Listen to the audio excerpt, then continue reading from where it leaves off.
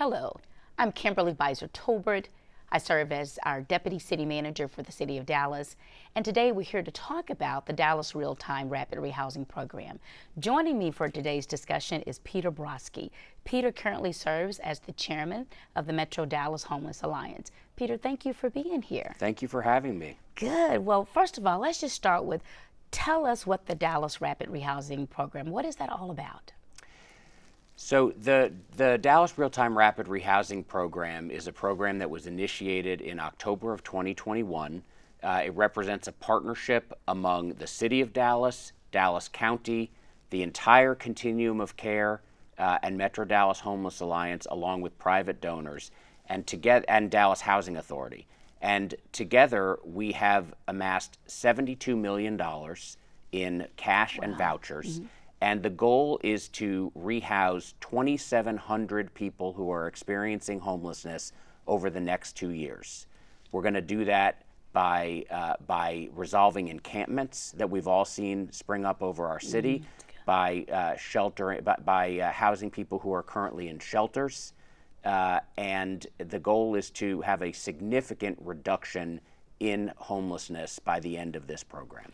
Wow, Peter, that is pretty impressive.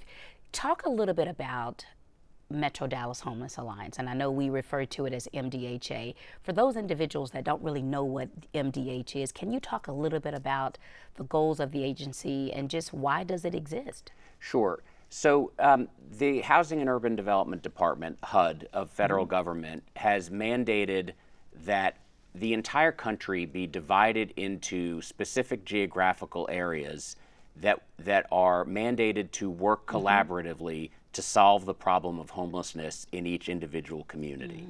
And that area and all of the agencies that work to end homelessness or serve people experiencing homelessness, that's referred to as the continuum of care. Our continuum of care for Dallas and Collin counties is called the Homeless Collaborative. That Homeless Collaborative has to appoint an agency to essentially quarterback the continuum.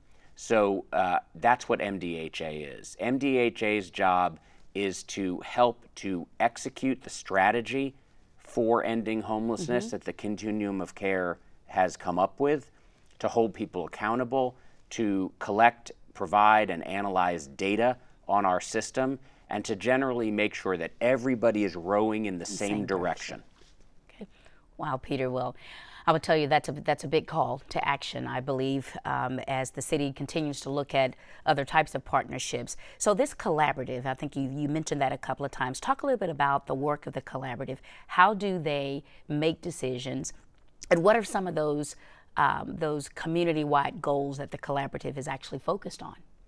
So the collaborative is composed of over 80 agencies in Dallas and Collin counties, and it's everything from the Bridge, which is a shelter, Austin Street Shelter, the Family Gateway, the City of Dallas would be a member of the continuum of care. Any agency, either private or public, that touches the issue of homelessness is a member of that collaborative. And there's a governing structure, there's a board that is elected by the continuum that sets the strategy, and then MDHA works with each of the agencies to form work groups to solve individual problems. So there could be a youth work group, there can be a job training work group. There's multiple work groups that individual agencies that focus on particular issues form, and MDHA staffs them. And right now the continuum of care has three major goals that we're working towards. Number one is to end veteran homelessness, and we are very, very close to ending veteran homelessness. I do want to say that when we say end, I'm going to use that word a lot today. What we don't mean is that no one will ever become homeless again, because that's impossible. What we mean is that when someone does become homeless, that they are housed and resettled within 90 days. That's considered best practice across the country. So we want homelessness to be rare, brief, and non-recurring. Okay. So number one is to end veteran homelessness. Number two is to significantly reduce family homelessness. And number three is to significantly reduce unsheltered homelessness. The second two goals are much more difficult. Veterans, in some ways, are fortunate because they've got a lot of resources that the federal government has geared towards veterans. And so that we chose as our first goal, with the longer term goals being more audacious. Wow. So the importance then of this rapid rehousing initiative, it seems like it's helping fill a void. Talk a little bit about the investment that has been made towards rapid rehousing between the various entities that I believe are involved in actually bringing this forward and really getting to some true implementation of how do we get to achieving those goals. So talk a little bit about the resources that have been put into the program. So this has been one of the most heartening aspects of the program, because the collaboration among different public entities together with all the private entities has really been fantastic. So what happened, as we all know, we've come through a pandemic, and at the beginning of 2020, Congress passed and the president signed into law the American Rescue Plan Act, or ARPA. And that provided a tremendous amount of funding to local governments. I think something like $1 billion came into this area of the country in various governments. I know the city of Dallas received a large grant from the federal government. MDHA approached the city. I remember when I called you with this idea of carving out a portion of those funds to address the growing problem of homelessness in our community, which really was exacerbated by the pandemic. And you jumped right on it. I remember you took a lot of time to make sure that this was actually executable and real. Sure. But once you bought in, the city then went to the county, got the county to buy in, and the city and the county each contributed $25 million, so $50 million in total. We also brought in a DHA that contributed about 450 vouchers. Dallas County contributed vouchers. The city of Mesquite contributed vouchers. And then MDHA was challenged to go raise about $10 million in private funds, which we were able to do in about 90 days. Oh, wow. There was so much excitement by the collaboration. And so those are all of the funding partners. And of course, the people doing the work on the day-to-day basis are the different agencies in the continuum of care.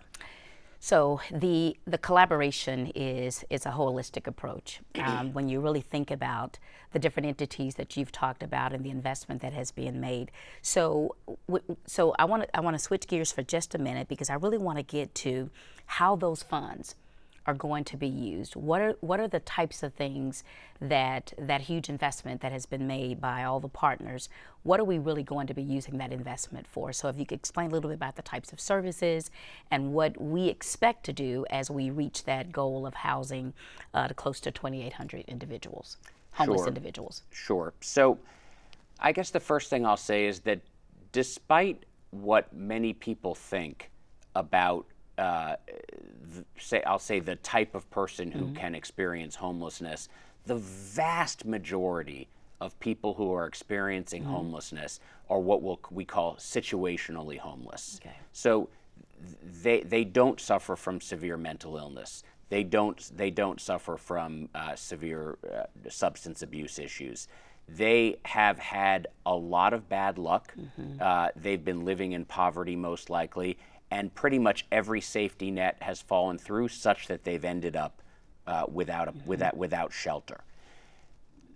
What other communities have proven through similar rapid rehousing programs is that if situationally homeless individuals are put in a stable environment, in a home, given the subsidies that they need to be in that home for about a year, and this is very important, case managed intensively to get them the wraparound services that they need to get back on track, upwards of 90% of people will not return to homelessness after a year.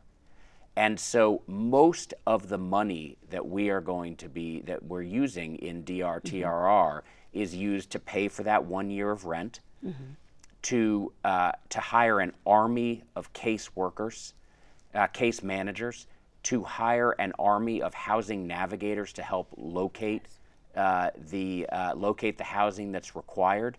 The private money is being used to incentivize landlords to deal with the extra paperwork that can come with government funds, to provide furniture and basic necessities so that when someone does move into a new home, they're not coming to an empty, dark apartment, but they're coming to an apartment that has a bed and sheets and soap and a couch and a table. And it's really important that we honor people's dignity, and we can't expect people to stick in a new home if they aren't provided those basic human dignities. So that's what most of the cash money is being used for. There are people who are living unsheltered who are not going to be able to get to some sort of self-sufficiency or independence after 1 year. And for those individuals, that's where the vouchers come in. The voucher is a perpetual subsidy as long as that person meets the economic requirements. If somebody is housed with a voucher, the federal government will pay that rent really for the rest of their lives. And so we estimate that about 2,000 people that we serve will receive the cash subsidy. That's rapid rehousing, and about 750 will receive vouchers. Wow, so the vouchers, that whole piece seems to be a critical element for those individuals who could never, be able to really live on their own. So with these vouchers, can they live only in the city of Dallas? Are there other areas that they can go to with those vouchers? So those vouchers can be used not in the city, not just in the city of Dallas. They can be anywhere in Dallas County. They can be anywhere in Collin County. And there's something like a 15 county, maybe 13, but many, many, many counties where they can go. Now, the vast majority of the people who we're serving are in the city of Dallas and will most likely end up in or around the city of Dallas. But if the person that we're serving is going to be better off in Tarrant County, if that's where they have friends or family, or Denton County, if that's where they have a support network, then the vouchers can be used there. Used in that area. Got it. Well, it's definitely just a true public-private partnership. All of the pieces, all of the elements that have come into the program. I don't think one piece could live without the other piece. Talk a little bit about where we are. Talk about the successes, how, we've started this journey last year. October 1 is when the official funding began to flow. So talk a little bit about the successes that we've seen, the numbers of individuals that might have gone into housing, how many are on our waiting list. Just kind of share a little bit of that data with us today. Sure. So as of right now, we have housed 617 households using these funds. It's been a challenge. We're in a very, very tight housing market. We're still dealing with some of the after effects of COVID and the Omicron surge. Yes. It's a tight labor market, but despite that, we're really pleased that we're roughly 25% of the way, of the way through. Now, of those who are enrolled, that's how many people have been enrolled. We've actually gotten into housing 222 households, and that means that we've got about 400 households that are in the process of being housed. Got it. So one thing I do need to note is that none of those numbers include anyone who has had experience with domestic violence. For obvious reasons, we don't track those numbers, and we don't publicly reveal those numbers or any information about domestic violence survivors. Got it. So Peter, talk a little bit about what you believe, just from your own perspective, that it's really going to take to make sure that as we continue to build the momentum for the program, we continue to bring other partners to the table to really be able to reach those goals. What do we need to do to ensure that this program is successful? I would say there's three things: housing, housing, and housing. And housing. That is the really difficult thing. We are in an inflationary environment. We are in an environment in which people are moving to our community in droves, which is fantastic. It's a great time to live in Dallas because there's so much opportunity, but it also means that the price of housing has gone up significantly, and that landlords, they don't need us the way they do in a softer housing market. And so if they have the choice of whether to house someone with government paperwork or without government paperwork, it's a pretty easy decision. So the thing we need most is more relationships with landlords, more landlords that understand that the people that are going to be housed in their apartments are people who need another opportunity, that there's nothing scary about them, that there's no reason not to welcome them with open arms. And so we're spending a lot of time and resources developing those relationships. One of the things we've done is we've centralized that process so that every agency doesn't have to go out and meet each landlord, but we're doing it for them. But that's really the biggest impediment and the biggest resource that we need. Well, I will say that the city definitely understands the importance of building those relationships and also making sure that we're making decisions about the resources that we have and how we can help with the housing, and the housing. I want to switch a little bit and talk about as we move forward with the Rapid Rehousing Initiative and some of the, you talked about the goals, the veterans' goals, our family and our youth. I want to talk a bit about that whole primitive supportive housing piece and why that piece is so critical to not only the program, but even as we move beyond just talking about rapid rehousing, affordability and how those things have to come together to ensure that we're looking at beyond the housing. When you get individuals into housing, in order for them to be sustainable long term, it's that workforce, that training and development piece. Talk a little bit about why you see that as being something important and what we as a city could be doing to ensure that we're help closing those gaps when it comes to that workforce training piece. Yep. So, just as I mentioned earlier, that when situationally, a person who's experiencing situational homelessness is placed in a home and given that opportunity, they need to have intensive case management to help deal with the issues either that caused them to fall into homelessness in the first place, or deal with some of the traumas that they may have experienced while being homeless. It's the same thing, even more so for people who have experienced chronic homelessness. Those people are much less likely to ever be able to pay their own rent, and they need vouchers. But just giving someone a place to live isn't enough if they are suffering from trauma, from mental health disorders, from physical health issues, from substance abuse issues, if they need that workforce training. And that's what permanent supportive housing is. Someone once asked me to explain permanent supportive housing, and I said, well, it's permanent, it's housing, and it has supports. It's a very descriptive name. The city has been a phenomenal partner in this because the city has understood that permanent supportive housing is very often a very difficult type of housing to get the private market to develop.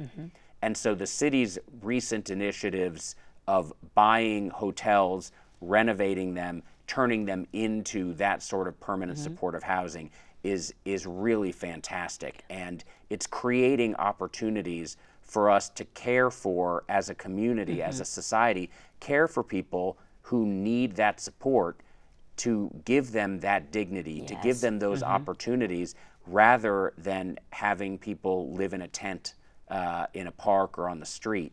And so I think the city's hotel acquisition program is just what's needed. And I also really applaud the city for doing it in every district, Yes. so that they're not concentrated just in areas of poverty.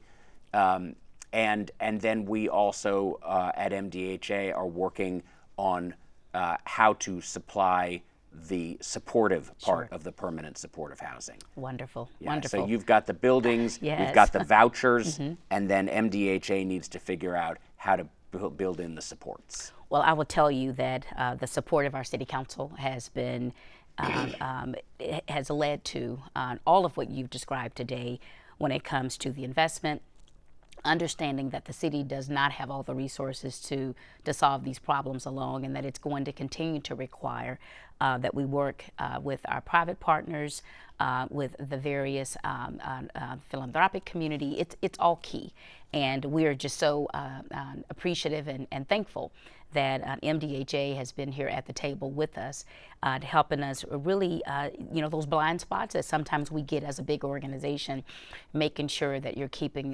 the focus on what's really required and what's really needed. It's one thing to have resources and then not utilize them to really get to what we can affect. And so thank you so much for your leadership and the role that I know that you've played.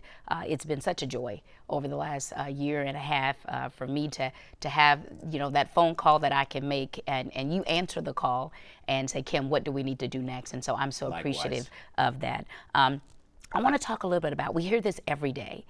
We get the phone calls, we see the service requests that come into the city about the encampments. And we know you talked about how the issues around homeless, we've seen a lot more of that, just the expansion of the problem during the pandemic. And because we do have a lot of active encampments around the city, can you talk a little bit about how critical that whole encampment decommissioning piece is to the work that we're doing around the DRTRR?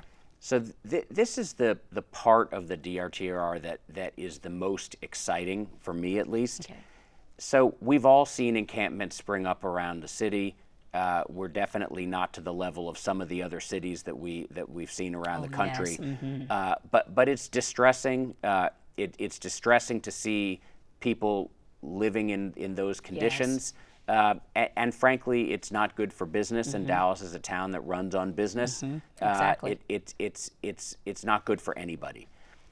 The problem is that until we had DRTRR, we didn't have the tools in the toolbox to solve the problem. Sure. We really were faced with two different options, both of them bad. One of them is to have people continue to stay in the encampments, and the other was to either move them and then they would have nowhere to go other than another encampment, or arrest them for public camping. None of those are good. None of those are good answers. They're not humane and they're not effective.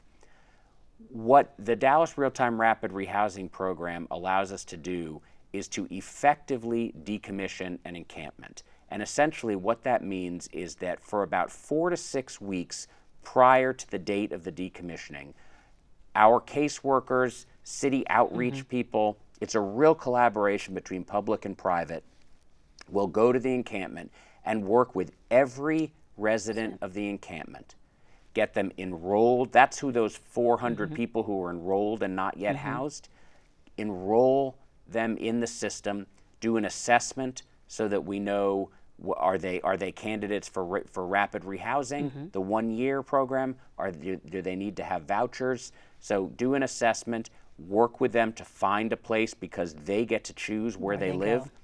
And then when all of that hard work is done, one day we come in with the city and we decommission the encampment. But rather than just saying, hey, get out of here, every person is brought to their new home. Then the encampment is cleared. And one of the most heartening things I saw with the first encampment that we cleared, the people who'd been living there, before they left, they said, wait, we want to help clean up. Oh, wow. And so they helped clean up, and the encampment is cleared, and then it's up to the city to fence it, to make sure it doesn't become an encampment again. But this encampment decommissioning, what's exciting is that it's given us a solution that is both humane and effective. Yes, yes.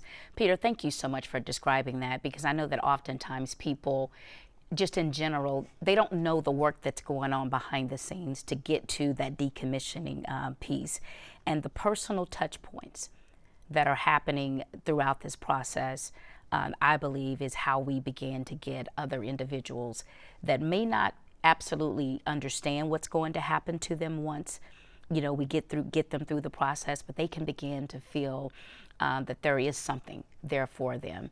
And so that work is so key, and I really do appreciate you taking the opportunity to describe that. So over the next few months, as we get closer to the end of this year, and we're definitely trying to reach those goals that have been identified and that have been shared, is there anything else that you believe through this partnership that we need to focus on? Is there anything that we need to stop doing now that we've learned where we are and how things are moving and the pace of things? Is there anything that you'd like to talk about that we need to do or not do as we get closer to the end of the year? Well, I would encourage the city to keep doing what it's doing. Keep on with the hotel program. We have a huge need for permanent supportive housing in this community, and the city is really uniquely positioned to do that. I would say I'll answer the question this way.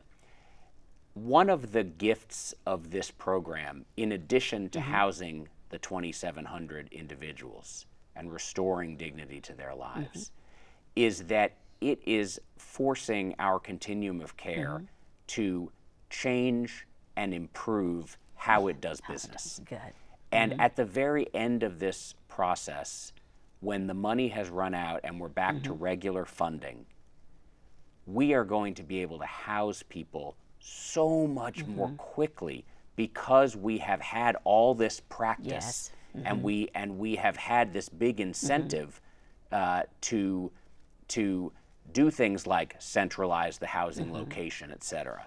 And so there's lots of little things that we're adjusting in the system, but I would say in terms of what the city can do and what the community can do, it's really about keeping doing what we're doing. And I just would encourage everyone to remember that the people who are experiencing homelessness are just like you and me. Exactly. And they've fallen on hard times. They've had a lot of bad luck. You know what? Some of them may have made bad decisions. I've made bad decisions. You've made bad decisions. But we had safety nets underneath us. Yes. And so my call to action for the community at large would be to eliminate the word NIMBY from our vocabulary. NIMBY, not in my backyard. There is a resistance in the community. There's a fear, I think, that people's property values will be impacted, that there'll be an increase in crime when people who have been experiencing homelessness are able to be housed in that community. And the data tells us that that isn't the case.